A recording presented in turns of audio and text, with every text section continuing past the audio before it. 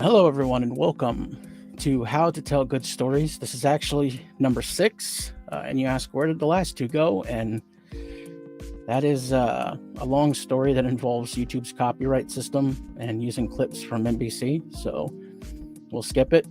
Today, we are speaking with writer Charlie McFarland, and you may have read his work in one of Alterna Comics' anthology series called It Came Out on a Wednesday. Numbers 9, 10, and 12. He and artist Alexander Jovic have also released a series called The Citizen, published by Action Labs. And so we welcome Charlie McFarland as we talk about telling good stories. Hey, what's up? All right. So we're talking a little bit in the back, so that everybody knows that this isn't a fully cold interview. That sometimes when you go cold and nobody's, you haven't prepared or anything, people expect for it to be like too choppy and stuff. We have talked before, but I guarantee it's still going to be choppy because it's just how I think that's how I talk, and I have a feeling that's how he talks as well. So, I don't remember where I first heard about you from. I might have heard somebody mention you on a live stream, like Robert Geronimo or somebody like that may have said something. Yeah, my guess is it's definitely something that came out on a Wednesday related. Yeah, probably. That's where it all began for me. Yeah, but so we're gonna start back before pretty much the recent stuff, and just give me a quick rundown on yourself, your career experience, anything you think is relevant. Sure. I've actually only really been in the comics writing game for the last, I want to say professionally, but I still feel like an amateur. I've only been published within the last 3 years or so. But me and Alexander Jovic actually started writing together back in 2012. So, I mean, we're going on 10 years now. And for me, as far as what got me into comics, if that's what you're asking, stuff like that, I mean, I go a little of unorthodox route. I kind of got introduced to comics through like Captain Underpants more so than your standard comic fare. And that's understandable. I think I have a feeling that's going to be the future. People are going to start from probably the next 5 years on. It'll be who got you into comics. It'll be either Dog Man or Captain Underpants, probably. Well, the best thing about those books wasn't even necessarily the story it was telling. It was they had like 4 or 5 pages devoted to every book to like this hand-drawn looking comic within the story, and it's like I would see those and I would read that like comic within the story more than I'd read the book itself, and then I'd go and try to draw my own, and I've still got ones I drew back in 2nd grade. So I've actually never really, I've watched some of this. They have a show because I have a bunch of nieces and nephews, but so they have a comic within a comic, right? Because that's like the kids are telling a story as well as the story that's going on. Exactly. Have you considered something like that? Because I don't know if you know who Narwhal is, but he's written a couple of different really good stuff like Foreign Agent and no, I'm not familiar with them at all. But is it like a children's comic? No, definitely not a children's. Definitely not a children's. He's probably a 12 and up sort of person, sort of group, and I guess nothing extreme, but there's a little bit of violence. There's a little bit of back and forth. He just recently actually he did celebrating the 100th anniversary of Nosferatu. He released a Nosferatu like retelling of the movie came out back, the silent film. But in Narwhal, he's a genius. His art style is very unorthodox, but he's a genius. Is he a writer and artist on this? And artist, yeah. That's and he does everything. He colors and all of it. He does it all himself. Some people just have so much talent. It makes me jealous, Yeah, and it's such an unusual, when you look at it, I'm telling you, first time you look at it, you go, what the heck? But it's unbelievable the way he tells a story. But his thing is that Foreign Agent, in Foreign Agent, the idea is that the two people speak 2 different languages, but the only way they can communicate is through drawing. And so they actually write tell a story through the drawings inside of the story. So That's that's cool. why. So does he actually like capture both of the languages within the story? Like the No, characters speaking, or is it all just done visually? it's all done visually. Oh, that's impressive. Yeah, it's very, very impressive. It's called Foreign Agent. If you ever get a chance, he did I it will. like I'm definitely gonna it's look like a that up. 10 by 12 hardcover too. It was beautiful. Nice. But yeah, he's a genius with that. But so, okay, going with that. Did you read comic books as a kid? What was your thing I when you were did. younger? Were you a movie guy or what? I was a little bit of both. I mean, TV shows and cartoons were my big thing, but I definitely got into comics as I got older. Um, I didn't really do too much as far as Marvel and DC. I read Spider-Man, not like Mm. only Ultimate Spider-Man, because I Mm. couldn't jump into the Amazing Spider-Man. I was so lost. And something about Ultimate Spider-Man, it at the time not having so much, years and years of continuity attached to it, it felt Yeah, like an easier starting point for me. yeah. And So Ultimate Spider-Man, it only had like 30 issues, so even no matter where it I happened, was you could gonna go say, back to number one. yeah. So and it So just, to me now, like when I think of Spider-Man, and it's probably sacrilege to some people, but it's like to me that's Spider-Man. Like Ultimate Spider-Man is the one I grew up with. well, no, it's good. I mean, especially after about I've read it in from about Mm. issue 7 on to about issue 19. It's like some of the Oh yeah, best writing out it's there. still the only superhero book I've read, because I think I've read everything, even a little into the Miles Morales run. Like Hmm. I think I was caught up when I was reading it, but I'm sure I've fallen behind. But as far as superhero comics go, it was like that, and then I did actually get into Matt Fraction's Hawkeye run for a bit when he was doing it. But Okay. really, for me, it's always been like Vertigo and Image Comics, stuff like that. I don't really follow a lot of superhero stuff. I kind of got burnt out on the superhero stuff pretty quickly. Yeah, yeah.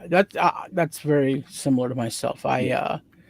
I kind of when I was young, I was reading stuff that no kid my age should have been reading because I was always into the weird stuff, and so yeah, I would never let a kid read some of the things I read when I was 10, 8 years I know old. But it definitely feels that way, where it's like how did I get away with like the shows I watched and the books I read? But mhm. I don't know, maybe people weren't paying as close attention back then, or maybe I'm just you're paying more attention now that I'm older.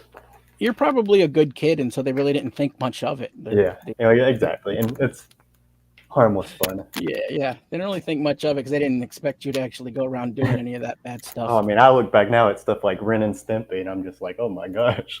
Yeah, But yeah, I think that's just me getting older and me being more of a square than I was back then.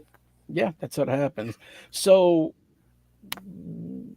what would you say, like when you're younger, you said Ultimate Spider-Man type of stuff. Hmm. What would you say now, looking back? What is probably your favorite? You could say either character or just say run of a comic or whatever. What was your Oh, favorite if I had to looking back? choose, easily for me is Why the Last Man. Like as far as just Mm, comic series in general, uh, hmm. I got like that was the one, because I read Watchmen, because everybody reads Watchmen. I feel like Right. that's the one that makes everybody realize, oh, comics are more than just kids. But Yeah. and I loved it. But like for me, Why the Last Man is the one that I was like, oh man, I want to make something like this. Like this is a whole Right. other level to me. But I also really got into Preacher as well, which I think Mm, was probably led into because of Why the Last Man. Like that kind of opened my eyes to what comics could be. right. And Right. but Yeah. for me, that's definitely the top. Yeah, that's like I said, I was into all of the indie stuff. We had a weird little comic store that the guy who worked there preferred indie stuff over like Marvel, and so Mm. you never saw any of the Marvel or DC in the front. It was always like the weird, like awkward, black and white See, that would be comics way more written on. exciting to me though, because it's like Yeah, my eyes kind of glaze over if I see 15 issues of X-Men, whatever. Like yeah, how many different series there are of it, and nothing wrong with it. I've got friends who read it and love it. It's just, I don't know, not for me so much. yeah, yeah. I got started with Spider-Man when I was really super young, and then I went into X-Men throughout the Chris Claremont run, and then mid 90s I kind of jumped out, and like I said, I got into some awkward and weird things for a little while. See, for But me, what it was is I wasn't. when I was a kid, I wasn't able to, go in the comic store because I live in a kind of a small town in Kentucky, and it's like we didn't really have a dedicated comic shop until Oh, I got older. right. And so it was like I was reading them when they, show up at the local bookstore, and I was going in every few weeks, so I wasn't able to pick up issue by issue. So for me, I knew Spider-Man, I know that character, so I could just pick one up and read it, and it was great. It was its own issue, and sometimes it would Right. be a continuation from a previous issue, but I feel like I still understood what was going on. Whereas if I tried to do that with superheroes I didn't know as well, and it's in the middle of a great run, I'm not going to know what's going on. Right. Well, I was so poor that I couldn't afford almost anything, and that our place, the comic shop that we had, the guy would tear the covers off the comics the week Right, after or whatever, the month after, and of course send them back so you could get right, refunded. right. But then he would sell them 3 for $1. Okay. So you could buy coverless comics for 3 for $1, and that's how I got it. So the problem was, is if there was a popular issue, I never saw it. You didn't So I even know what saw the cover was. no, and I have no idea what the color covers were for years. Yeah, That happened, that's but funny. so what would you say got you into storytelling? I mean, have you always been a storyteller from a child, or Oh, for sure. what got you into that idea? I think it was just a very overactive imagination when I was a kid. Hmm. I was kind of like the latchkey kid, where it's like your parents work jobs, and then you're kind of just left home to watch TV and entertain yourself for the most part. Mm. And so I grew up almost with too much television watching. Like I've just watched stories my whole life. I mean, I watched cartoons, I watched movies, I watched TV, and eventually, I guess, just doing so much of that, the storytelling structure kind of just becomes second nature to you. Like I know what it takes to make something kind of interesting. At least I'm not going to say I can make anything as great as some of the stuff I've seen, but like I at least understand the structure of writing pretty well now. Just having read comics, read books, and watched way too much TV. Okay, so for writing, have you written, like, do you write prose as well, like novel type, short I story do. type? I've actually sold short stories. Like I don't know if you're ever familiar. There's a podcast called the No Sleep Podcast. It's a Hmm. horror anthology, and it's like I've sold a short story to them, uh, and I've actually got a book I've been working on forever now. But Okay. there's definitely a lot more difficulties with writing prose for me than Right, like a right. comic script. It's like it's I can picture it in my head a lot easier, and then put it down a lot easier. I feel like. Wow. Yeah, see, that's exact opposite for me. I started writing. Oh I yeah, mean, I wrote and drew my first comic when I was 7, right but on. I actually started writing my novels when I was 13. So And you have fully finished like manuscripts and yeah, I written. have I Oh, have 6. Yeah, I I'm have so jealous, 6. man. I've literally I'm like 140 pages in, and I've been working on this for like a couple of years now on I the first normally draft. I normally top out at 80 to 85,000 words. That's where I stop. Just because any more than that, and I start getting, I lose interest in the story I was gonna, myself. yeah, say So that's the problem for me is like if I've got an idea, I've got to try to get it out as quickly as I can, because if I right. take too long, I'm gonna lose it. So do you have a preferred genre to write in? Uh, I don't necessarily stick to anything. I've noticed a few people commented on stuff they've read for me that like regardless of what I'm trying to write, I could be writing horror or sci-fi, and they're always like it kind of has a weird noir feel to it. Mm. So I feel like I do sometimes have that, but mostly for me, it's comedic stuff. That's one thing I can do. I can make something kind of funny at least. Like I know how to make people laugh sometimes, at least in prose. And even when I'm not trying, sometimes I'll try to write something serious, and I realize I'm still cracking jokes in the middle of it. So for me, it's like I just naturally want to write something that's going to make people laugh, which is why I wrote all my stories, and it came out on a Wednesday, even though some of those issues have very serious and very like good stories in them. Like mine are always the ones that are a little goofier and a little like wackier than the rest in there. All right. So yeah, that would cover like your feel or atmosphere. Yeah, Because would you say that your the feel of your story is um maybe a little bit sarcastic or sardonic then, like sort definitely, of. definitely sarcastic. I've noticed I definitely write very cynical leads in Right. a lot of my stories. I mean, jumping ahead a little bit to the Citizen, No. it's like you can tell right off the bat that cynicism is all over that, all Right. over Right. Norman.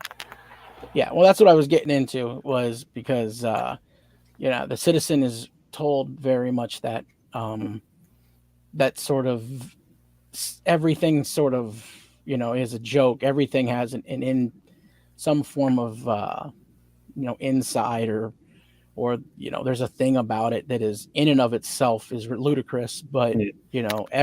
of course everybody is totally oblivious, which oddly enough is really that if something doesn't reflect society, it would be that people are just oblivious to how ridiculous everything is. But Yeah, and like I said, I mean, you can almost see from how how I felt about superhero comics in general, kind of just bled into that story, where one guy just being so sick of being surrounded by superheroes. mhm, It's like, right. So I was going to ask a question, actually, just because I read the story of the Citizen. I read the trade paperback today. What is with the number 313? Is that your thing, or is that Jovik's thing? 313. That's probably him. I don't necessarily know what it means, but I have noticed it before. I don't know if it's a Yeah, little signature of his, shows but up 3 times in 4 books. So it's interesting, and it's just for all sorts of different stuff. We'll have 303 apartment buildings, car name, that's funny license because you plates. pointed that out, and that's something I probably wouldn't have even picked up on. But you're right, because he will put little in jokes like that, and I guarantee if I ask him, it means something to him. And now that you brought it to my attention, I'm definitely gonna have to be like, hey, what is that? Yeah, that's sort of my specialty. I haven't officially been an editor before, but I have edited some stuff for people. And while I might have tons of spelling errors myself when I write stuff and everything, but in other people's work, I find all of the Easter eggs, I find all of the misspellings, everything. So Oh, he'll add stuff that, like, there's jokes in the Citizen that are purely visual that were all him, and I'm like, this page wasn't funny at all until he got a hold of it. Like, Alexander can just like take. I think of him as my co-writer, because it's like the mhm, visual jokes, the visual gags, and even some of the best lines, like where him being like, "Hey, what if we, instead of this, say it this way?" And I'm like, "Damn, right, that's so good. I wish I would have thought of that." right. Well, I mean, it's not necessarily to say the best writers have all been artists, but honestly, some of the best comic books of all time have all been I the mean, writers were there's actually the artist. storytelling to it that, like, Right. you can't, no matter how descriptive I can be in the script, it's nothing if he can't, like, find a way to make it his own. Okay.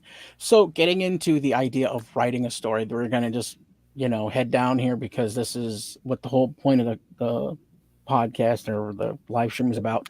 So what is the first thing you do when you sit down to write a story? What is the number one thing that you do right off the rip?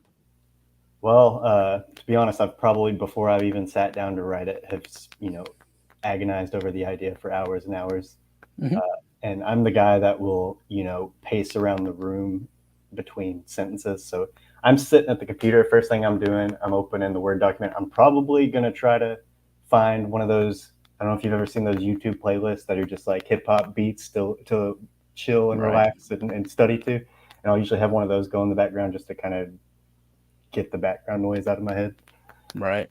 And then I'll try to start writing, but I mean, I'll be the guy, like I said, I'll write a sentence and then pace around for 10 minutes thinking what I'm doing. And then, Right. That's so um yeah, because I personally, when I sit down to write, the very first thing I do is I make sure I have my ending fully fleshed out of what I want it to kind of be.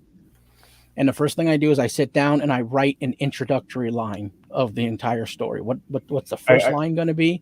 And then I go to the end and I write the ending. That's the so I've seen and I think I may briefly mention this to you before we started, but I watched Brandon Sanderson give this the lecture basically, and I'm sure he's not the first one to like use this idea, but I always go back to this when I think about it. He's described writers as either, the architect or the gardener, where it's you either plan out everything like an architect and have it ready before you even start writing, or you're the gardener and you kind of just start putting it down and see how it grows. Hmm. So you think of yourself as more of an architect, or are you that kind of guy? I think of myself as a adventurer, Adventurer? because what it is I have, like, that's how I've decided things out, is that Gotcha. I have a destination in mind. Mhm. I have a fully fleshed out, and like I said, I write the ending first, Okay. and then I start the plot, and I kind of let the plot take me where it is, and I kind of have, side stories and travels, and I move all around, but I'm always aiming to get to a place. So you think of it as like, the story where they have to get, you're watching a movie or whatever. It could be ancient story, of Gulliver's Travel. He has a destination, but Mhm. he has to go to 9 different places before he can get to that destination. Right. And that's what I do. I'm working towards that end. And so I'm figuring out how to get there. And I can modify the ending. I can add characters or take things away and stuff. But the ending is supposed to be something when I Gotcha. start. See, And I'm I'm trying to get almost there. the opposite of you, because I'll usually go in with just like I know exactly how I want this story to start, and then Hmm. start writing, and then in that first draft be like, just kind of let it. I almost sometimes when I'm writing something, I will have an idea of how I want it to end. Not always, but sometimes I will. And then if I try too hard to fit it into that ending, Hmm. I'm almost like I feel sometimes like I'm betraying the characters. Like I'm like, yeah, this is where I wanted them to go, but like this guy wouldn't make this decision like this. And I've had endings completely changed on me because I felt like I was trying to guide them into the story when they wanted to Yeah. do their own thing. And so I've become more of the I Yeah. can't like lay out a story too much. I've kind of that first draft. I kind of just have to do it free form. Right. Well, that's yeah. I mean, I do try to. I my first drafts are always formulaic, just so that I can get the story out. Because otherwise, I'll sit there and diddle daddle away on stupid stuff. So I have to get real formulaic to get the story out, and then I can come back in other drafts. I can add and subtract. I was gonna say it's those And so other my thing is drafts that just are getting the story out. I just have to yeah. get it out and get it on paper, so that it's there, um, and That's the not thing about unvetted. yeah. That's the thing about those first drafts too. Is it's like I had this like these abstract ideas in my head that sounded great, and then the first time you put them down on paper, and it's your Hmm. first draft, so it's never perfect. So you look at it and you're like, man, this in my head just seems so much better. And I Right. feel like that's what writers need to understand is that first draft is just you getting that out of your head. And Right. And the it's thing the is second like draft. I tell people they have to be afraid. They have to be not be afraid to fail, and not be afraid Oh, to tell a for bad sure. story, because every good story starts out as a bad story, and then it Oh, works its way into a good oh story. yeah, I 100% agree with that. So, but yeah, so my thing is just is write. That's always been when people say, "Well, how do you write? How do you?" Because I've written a lot of stuff. I've written, Mhm. like I said, 6 novels. I've written 16 movies, full length movies. I Man, wrote a 16-part YouTube, like TV type show, web show yeah, and stuff. And people say, "How do you write so much?" And I say, "Just write. Just I was keep gonna say on you writing." just gotta sit down and do it. But I envy that man because I've got so many stories I'll start and then not finish because I lose that drive in the middle of it. Right. But So, what is your feeling on the act structure, like the 3 act, the 4 act, the different ideas of people of how they feel that you should tell a story to sort of get a person engaged? So, what it's is your view on that? it's one of those things that I I don't know. I've just written so long. I want to say I don't think about it too much, but the truth is, I mean, at the end of every story I wrote, I've followed that 3 act structure. It's just Hmm. now I do it so much that I don't plan out a story and like, okay, here's act one, here's act two, here's act three. But I mean, any good story almost I feel like naturally is going to follow that anyways because you got to have that Right. introduction and you got to have the rising action and the climax and the resolution. Like so, to me, I don't necessarily feel like anybody should sit there and feel like they need to struggle with like putting everything down real scientifically. Like, okay, this is where Act One begins and ends. Because I mean, you can break down any story or movie, and if you follow it like that Save the Cat book, where it's like, okay, you have to have your inciting incident on page two. It's like every story is going to get old. So Yeah. don't think of it so structurally, but yeah, you should have a little. I mean, you should be able to look at it when it's completed and know like, okay, this is kind of act one, this is kind of act two, act three, and then I mean, some people do 4 acts. I'm Right. usually mine I not think so the much. I think the important aspect is because like a lot of people haven't been formally trained, and so they don't really understand. And some people don't want to because they say, "I don't want to. I just want to tell avant-garde stories and just tell them from my brain," and that's great. But the reason for the acts is because these are, a 3-act story has been going around since six Oh yeah, thousand it's years ago. It's they 6,000 years ago they said, okay, we have to have a beginning, a middle, and an end. So oh that's yeah, it's what just and good why. storytelling. Yeah. Right. It you need to grab a person, you need to then fill in the story, and then you need to have an ending. So it's sort of like that's what it is. Of course, if you go through a lot of training, they'll teach you that basically a 3-act story has 8 plot points. So it's weird that it's 3-act structure, but there's 8 plot points really. Um, but the idea of it, I think, is good because again, sometimes people they wander a little too much. Hmm. Like I've read so many books from young artists or from young writers or from indie people in general, and the story Definitely need to learn to, wanders yeah, so trim the much. fat for sure. Right. They need to just say, okay, no, no, no. All you have to do is tell them why the person's going where they're going. That's it. Just tell them why. Um, but so here's what I want to bring up, and this is something I seem to be one of the few people who talk about. But I feel like comics are told best when they're actually told like a 2-act story. And what I mean by that is like one of my favorite people in all the comics is Steve Ditko. And I feel like what he did with Spider-Man and stuff, he did technically have a 3-act structure to it because he would have like opening page that would sort of give you the beginning, the introduce you or show you something. But in reality, if you pay attention, what he's doing, he's opening up with the exciting incident, and then he just builds tension for 17, 18 pages. And then he has the blow off, the climax for the last 3 or 4 pages, and then there'll be one page at the end to sort of wrap it up with a nice bow. Yeah.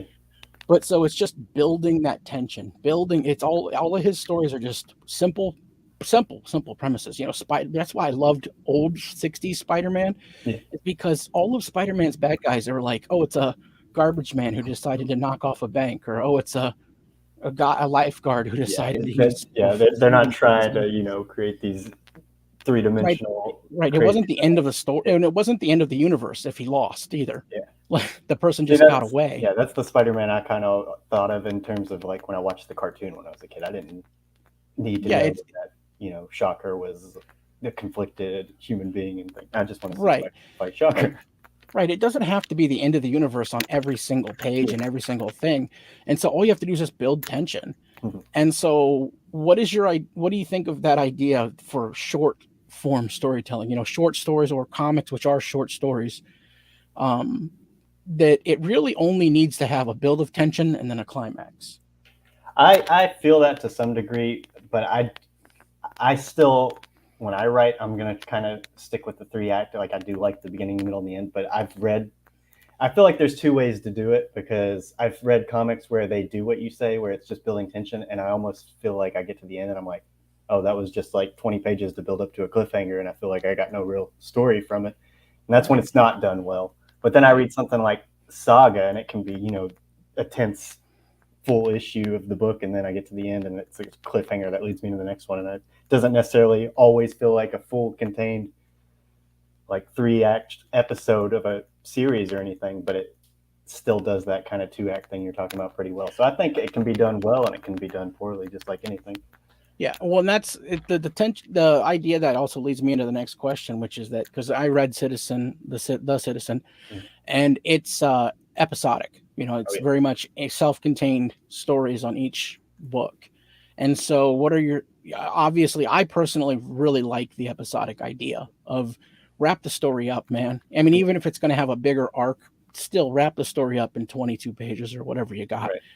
But what is your view on episodic versus serialized storytelling, like overall? Like, So I don't know if I necessarily have a preference on one over the other. Now, when we did The Citizen, it was a very conscious choice to do episodic because when I read comics growing up, like I said earlier, like I wasn't getting every issue in a row and able to read each one. So when we made The Citizen, we wanted to like, oh, I didn't read issue 2 and issue 3's out. No problem. You can pick up issue 3 and you didn't miss anything. You can still read it and enjoy it, but put in just enough there that if you read each issue before, yeah, you might catch a callback or two. I still really like serialized storytelling though. Like I'm not gonna say like I'm strictly episodic. There's another series that I've kind of been working on a little bit that is going to be more serialized, and I want to say this in a way that still makes sense. I still think even if you're doing a serialized story, you can still almost have an episodic structure. Right. Like you should, anytime you buy a comic, and I believe this about any comic in the world, you should feel like you're getting a full story. I mean, even if it's just Right. the middle chapter, you should feel like, okay, there was something important in this story, and it feels like it gave me everything I needed out of an individual issue. I mean, Right. I watch a show like, me and my fiance right now are watching The Sopranos, and it's like one of those early serialized like prestige dramas where like it serialized storytelling was becoming bigger on TV, and it's like you still can watch an episode of that show and feel like you get a full story out of it while Right. leading into the next episode. And I feel like that's how serialized storytelling should be. It shouldn't feel like you watched it for the cliffhanger at the end so that you can watch the next episode or read the next issue.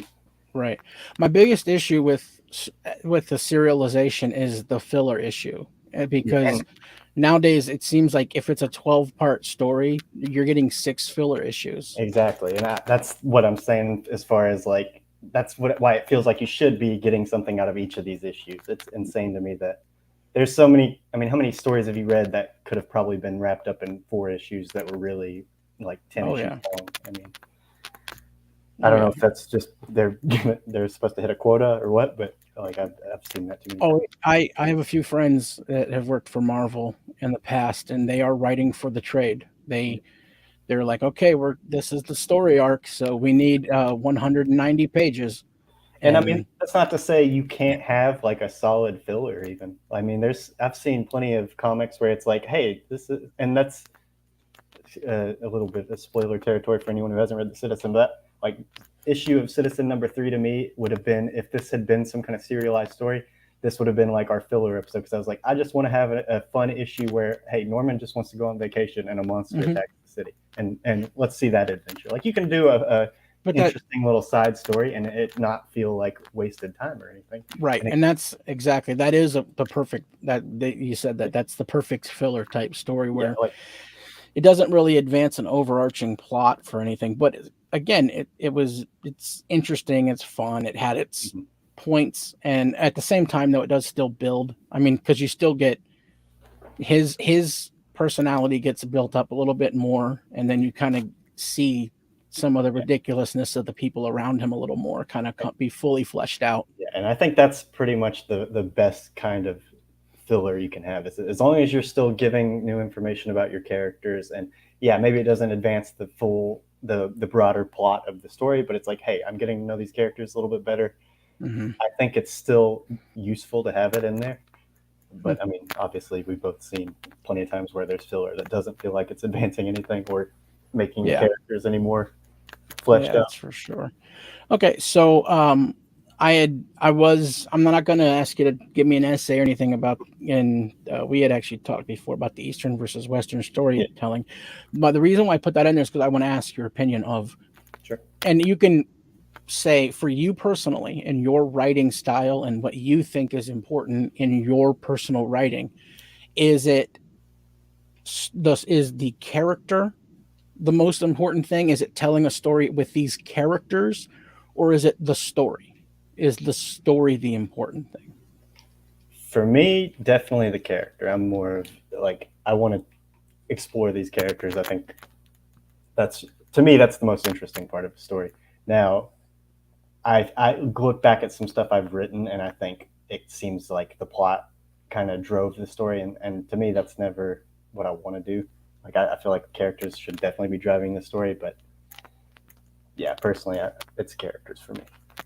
Okay, so we're going to get into the final questions to sort of wrap this whole thing up, because we have been going for 30 minutes. Yeah, sorry, I didn't mean to. No, absolutely. I don't want to not believe me. I could go all night. I want to keep them short so that people can get It information is and one get of in those and things get I do out. just love to talk about, though. I was very excited to get to talk about storytelling. Oh, absolutely. And we can talk again too, because like I'm a talker as well. So it's been a blast for me to have somebody who I'm talking to, and they actually you're saying things that I hadn't even thought of before. So that's Yeah. really I feel nice like to hear your things. knowledge is like, I can tell you've got the experience, because I mean you were talking about stuff that I was like, man, I never even thought of that. Yeah, and yet still, again, by listening, which is what I love to do, is listen to people. I'm still learning things Oh, from yeah. other people, so that's why this dialogue is important, is because you learn stuff all the time. And so, one of the final questions is, if you could talk to a young person out there, especially kids, because I think kids have the sky is the limit; they can do whatever they want. And so, kids, but anybody, a young, let's say it's a 60-year-old woman who's like, I've always wanted to write a story. What would you say is the most important thing to develop into a good storyteller? What is the thing that you would say, this is just do this when you write your story, because that would help you develop? Honestly, probably just perseverance more than anything. You just got to keep at it. I mean, there's I've done some comic signings, and I've had kids come up to me and like, oh, how can I start writing comics? And it's like, dude, it's 2022 now. Is the easiest time in the world to start writing comics. You can literally connect with an artist anywhere in the world. I mean, Alexander Jovic, my artist, is from Serbia, and it's like, just meet somebody, or even if you just want to draw yourself. I mean, you're young, just do it, and keep doing it. And yeah, you're gonna look at it, and I do this all the time still. You're gonna think, oh, this isn't any good. My writing's terrible, and it's like, I almost think that's a good sign if you look at what you've written and know it's bad, because then you know where you need to grow and where you get better. Right. If you look at what you've written and you're like, oh, this is great, can't do any better, then I hate to be the bearer of bad news, but it's probably not the case. Absolutely. So for you personally, are you doing anything to help your own personal development? Do you do how they'll have those things where they say every day, write a story about this or that? Do you do anything to help your own personal development, like For me, exercises, it's whatever? a lot of short stories. I'll do, like, I write a lot of short stories because I think that's helped me get better at the kind of episodic storytelling. I think it honestly would probably, and you can say if this is true or not, because you've written more novel length stories than I have, but I think it's almost a good practice for if you want to write something like a novel, because it gets you in that habit of knowing how your story begin, middle, and end, your 3 acts, your 4 acts, however you want to do it. And having short stories that you've completed to the end, you get like that structure on a miniature scale, and it gets you in the mindset of like, okay, how to build out this story. So I mean, hell, if you can only write, you've got a story and then you're like, oh, I only filled up 1 page, like even that is something. So for me, it's just write what you can, write whatever you have in mind that day. Right. I actually tell people that I think people who can write short stories are better writers. If you can tell a complete story, short and well, that's probably a better For sure. Because I mean, story than you a could long write, story. yeah, you could write 3 unfinished novels, and it's like, cool, you're very good at writing the beginning and the middle, but if you've never gotten to the end of one, you've never written an ending. Right. It's actually getting the stories out. Yeah.